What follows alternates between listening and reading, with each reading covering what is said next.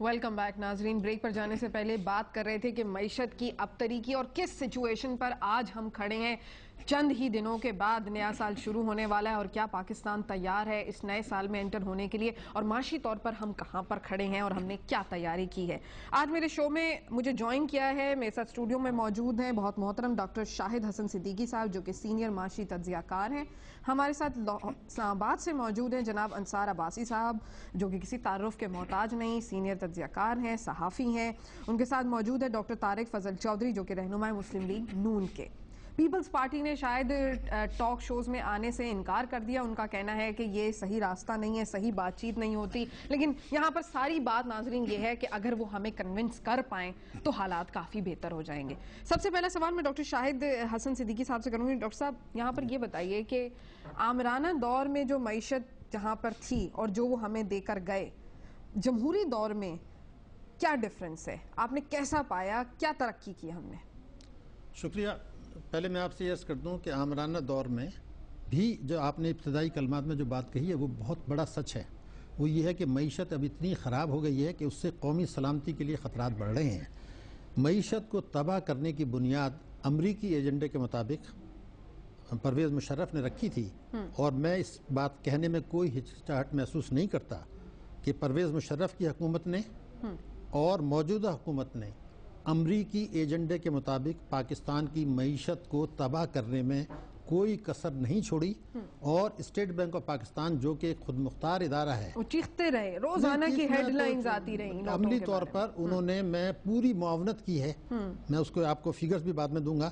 معیشت کو تباہ کرنے میں انہوں نے پورا حکومت کا ساتھ دیا ہے. لیکن پبلک اسٹیٹمنٹس کی حد تک حکومت بھی جیسے کہتی ہے کہ جی کرپشن پر قابو پائیں گے, اسی طرح سے اسٹیٹ بینک بھی کچھ ڈرامے کرتی رہی ہے.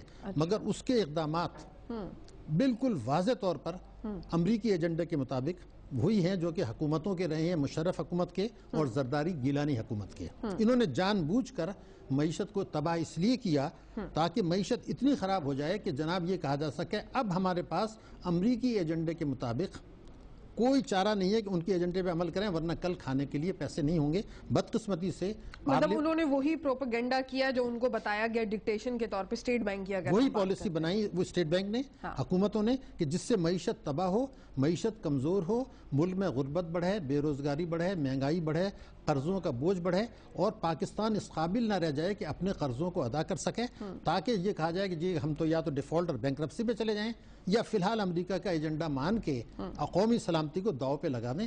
بڑی کامیابی کے ساتھ اس کو این آر او کے جو کندھوں پہ سوار ہو کے, یعنی ایسا امریکنز نے جو یہ این آر او کرایا, تو کیا کوئی پاکستانی یا دنیا کا کوئی مہذب آدمی یہ سوچ سکتا ہے کہ امریکہ میں کوئی ایسی بات کر سکتا ہے کہ جی ہر قسم کے جرائم پہ پردہ ڈال کے ان کو حکومت میں لے آئیں؟ لیکن امریکہ نے یہ چیز کامیابی سے کرائی, اور اس کے نتیجے میں جو تباہی تیزی ہے, جو آپ کا سوال تھا کہ معیشت کی جو تباہی تھی مشرف دور میں شروع ہوئی 2005 سے, اور جب 2007 میں انہوں نے ایمرجنسی لگائی, اس سے پہلے این آر او لے کر آئے, اس کے بعد فلائٹ آف کیپٹل اور معیشت کی تباہی کا عمل شروع ہو چکا تھا. ڈاکٹر صاحب یہ میں سوال آپ سے کروں گی کہ جب مشرف صاحب چھوڑ کر گئے تھے تو 6,700 ارب روپے کا ہمارے پاس خسارہ تھا, قرضے تھے بلکہ, اور اب ہمارے پاس 12,000 ارب روپے کے قرضے ہیں. اس پر میں بات کروں گی, لیکن پہلے میں انصار صاحب سے پوائنٹ آف ویو لوں گی. انصار صاحب آپ کیا کہیں گے, کس حد تک آپ ڈاکٹر صاحب سے اگری کرتے ہیں؟ دیکھیں ڈاکٹر صاحب نے بڑی پتے کی بات کی, اور جو اصل ریزن ہے کہ اس ملک کی اکانومی کو تباہ کریں تاکہ ہماری جو نیشنل سیکیورٹی ہے وہ کمپرومائز کر جائے. کیونکہ آج کل کی وارز جو ہیں انصار صاحب, I think you would agree with me on that, کیونکہ آج کل وارز جو ہوتی ہیں وہ وارز نہیں ہوتی, وہ اکانومی کی وارز ہوتی ہیں. سارا کچھ آپ کے پاس جابز ہیں, آپ کے پاس اپرچونٹیز ہیں, یو آر سکسیسفل. بالکل صحیح بات ہے. اور اس میں آپ کو زیادہ اسپیسیفک ہونا چاہوں گا, وہ یہ ہے کہ پاکستان کا نیوکلیئر پروگرام ان 4 سالوں میں, اور میں بڑی ذمہ داری کے ساتھ کہہ رہا ہوں, حالانکہ گورنمنٹ نے ڈینائی کیا ہے, بہت ذمہ داری کے ساتھ کہہ رہا ہوں کہ پاکستان کے نیوکلیئر پروگرام نے ان 4 سالوں میں جو کٹ دیکھا ہے یہ پاکستان کی ہسٹری میں کبھی نہیں دیکھا. اور پھر آپ یہ دیکھیں کہ ڈپٹی چیئرمین پلاننگ کمیشن جو کہ بہت امپورٹنٹ ایک فگر ہے گورنمنٹ کا, انہوں نے دیکھیں کیا کہا. حالانکہ ان سے ہمارے جو میرا کولیگ تھے انہوں نے بات کی, بات ختم کر کے انہوں نے خود سے کہا کہ آپ اس کو اپنے پاس رکھیں, اس کو گود میں لیے رکھیں آپ نیوکلیئر اپنی ڈیوائس کو, اور آپ ترقی کر لی آپ نے, یعنی کہ اتنا تنزیہ بات انہوں نے سٹیٹمنٹس آئے ہیں اور ان سے ٹیلی فونک گفتگو ہوئی ہے, اس میں انہوں نے یہ تمام سٹیٹمنٹس دیے ہیں. کیوں؟ اور اس نے بالکل وربیٹم چھاپا کہ انہوں نے کہا کہ اب آپ مجھے یہ بتائیں کہ اتنا ذمہ دار شخص, بھئی آپ کو یہ بات کرنے کی ضرورت کیا ہے؟ تو میرا جو خیال ہے کہ جو ڈاکٹر صاحب نے بات کی اس کو میں انڈورس کرتے ہوئے یہ کہوں گا کہ ایسے حالات, اور مجھے یہ بھی میں آپ کو بتاؤں کہ مجھے ایک بہت ٹاپ نیوکلیئر سائنٹسٹ نے یہ بتایا کہ جس قسم کی سینکشن لگی ہیں اور جس طرح کے ہمارے کچھ پروجیکٹس, کافی سارے پروجیکٹس جو رکے ہیں, اس کا مطلب یہ ہے کہ ٹیکنیکلی یہ رول بیک ہے, ٹیکنیکل رول بیک اس کو بولا انہوں نے. تو اس لیے یہ تو ظاہر ہے امریکہ کا ایک ایجنڈا ہے, ورنہ ہمارے پاس ریسورسز کی کمی ہے. آپ ڈاکٹر صاحب سے پوچھیں. جی ڈاکٹر صاحب, ہمارے پاس ریسورسز کی جی کمی ہے. دیکھیے بات یہ ہے کہ میں صرف ایک جملہ میں آپ کی اجازت سے کہنا چاہوں گا کہ اس وقت جو کھیل ہے یہ زرداری صاحب نے شروع کیا تھا یہ کہہ کے کہ میں نے کبھی بھی بھارت کو پاکستان کے لیے خطرہ نہیں سمجھا. یہ ان کا اسٹیٹمنٹ ریکارڈ پر موجود ہے, امریکہ میں جا کے انہوں نے کہا. تو پھر امریکہ کہہ گیا جب آپ کو بھارت سے کبھی خطرہ تھا ہی نہیں تو پھر آپ کو اس کی ضرورت پڑنے کی ضرورت. تو پہلے انہوں نے ایک فاؤنڈیشن رکھ دی, دوسری یعنی نیوکلیئر کی, دوسرے پاکستان کے گرد گھیرا تنگ کرنے کے لیے انہوں نے پہلی جب یہ حکومت آئی پیپلز پارٹی کی, اب انہوں نے پہلا بیان یہ دیا کہ ہم بھارت کو میجر ٹریڈنگ پارٹنر بنائیں گے. بالکل. اس کے بعد 2 MOU سائن کیے ہیں جس میں اس بات کا ذکر ہے کہ بھارت کو زمینی راستے سے افغانستان تک رسائی دی جائے گی.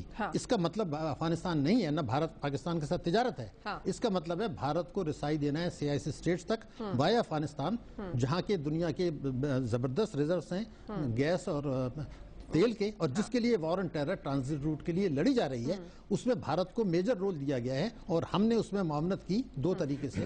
ایک تو یہ کہ مشرف صاحب نے اس کو افغانستان کو سارک کا ممبر بنوایا, جو کہ جو ویسٹ میں آتا ہے, سارک میں آتا ہی نہیں. بالکل. اور اس حکومت نے بھارت کے ساتھ ایک MOU سائن کیا ہے جس میں اس برادری دینے کی بات کی گئی ہے افغانستان تک. ایک تو یہ چیز. اب آپ کا سوال تھا, اس کا جواب یہ ہے کہ اس وقت آپ 3-4 فیگرز میں آپ کو دے دوں تو کلیئر ہو جائے گا. اس وقت 3100 ارب روپیہ سال کا ہماری قومی خزانے کو نقصان ہو رہا ہے, ٹیکس کی چوری, ٹیکسوں کے منصفانہ نظام, کرپشن, شاہانہ اخراجات اور پبلک سیکٹر انٹرپرائزز. یعنی 3100 ارب روپیہ سالانہ, وہ بنتے ہیں 8.5 ارب روپیہ روزانہ. 4.8 یا تقریباً 5 ارب روزانہ آپ کے قرضے بڑھ رہے ہیں. ٹھیک ہے نا. اب آپ یہ دیکھیے کہ اگر یہ 4.8 ارب کے جو قرضے روزانہ بڑھ رہے ہیں, یعنی آپ نے جیسے کہا 6,700 سے 12,000 ہو گئے, تو سوال یہ پیدا ہوتا ہے کہ اس دوران میں نہ آپ نے کوئی پروجیکٹ بنایا, نہ کوئی چیز, اور نہیں تعلیم کی مد میں افریقہ کے غریب ملکوں کے مقابلے میں بھی کم آپ نے خرچ کرنا شروع کر دیا, صحت کی مد میں, اور 150-200 ارب روپیہ ترقیاتی اخراجات میں کمی کی تاکہ معیشت گرو نہ کرے. تو اب سوال یہ پیدا ہوتا ہے کہ تباہی کا جو سفر شروع ہوا مشرف کے زمانے میں, جو میں نے بات کی یہ بتاؤں, چونکہ آپ نے کہا کہ 6,700 پر وہ چھوڑ کے گئے تھے, لیکن وہ جب ان کو ملے تھے تو 3200 ارب تھے. 3200 ارب سے 3,500 ارب تو انہوں نے بڑھا دیے, اور $7 ارب کے قیمتی اثاثے اونے پونے حبیب بینک ریفائنری انہوں نے بیچ دی. تو وہ 7 ارب بھی لے لیں, جس کا کہ اب خمیازہ بھگتنا پڑ رہا ہے. تو اس دوران میں جو قرضے بڑھے ہیں وہ پاکستان کی تاریخ میں سب سے زیادہ تیز رفتاری سے, اس دوران میں جو معیشت کی شرح نمو گروتھ ریٹ آپ کا ہے وہ پاکستان کی تاریخ میں سب سے سست, اور خطے کے دوسروں کے ملکوں میں اس سے 3 سے 4 گنا بھارت. مجھے ایک بریک کا لینے کا کہا جا رہا ہے, لیکن وہی والی بات ہے کہ ڈاکٹر صاحب کہ یہ جو حکمران جماعت موجود ہے, ان کا پہلا سٹیٹمنٹ, اگر وہ یہاں پر موجود ہے تو اپنے آپ کو ڈیفینڈ کرتے ہیں, لیکن ان کا یہی کہنا ہوتا ہے کہ جی ہمیں تو ورثے میں یہ پرابلمز ملے ہیں, ہمیں تو ورثے میں ڈیفیسٹ ملا ہے, ہمیں تو ورثے میں یہ ایشوز اور وار آن ٹیرر ملی ہے, ڈرون حملے ملے. نہیں تو جن لوگوں نے لے کے آئے تھے انہیں کو تو آپ نے کیبنٹ میں لے لیا سارا. آپ کی فورن پالیسی بھی وہی ہے جو اس زمانے میں منسٹر تھے, یہ چیز کی. تو یہ بات ان کی بالکل صحیح ہے کہ ان کو تباہت معیشت ملی تھی, لیکن جو ہمارے پاس امینڈمنٹس بھی نہیں کی, نہیں انہوں نے اس کو تیزی سے نیچے لے کر گئے. یہ ریکارڈ کی بات. چلیں بریک لے لیتے ہیں ناظرین, بریک سے واپس آئیں گے. ہمارے ساتھ مسلم لیگ نون کے ڈاکٹر طارق فضل چودھری بھی موجود ہے, ان کا پوائنٹ آف ویو بھی لیں گے کہ نون لیگ کا کیا موقف ہوتا if they would have been in this place جہاں اس وقت پیپلز پارٹی موجود ہے, تو وہ کیا اقدامات کرتے. ہمارے ساتھ رہیے.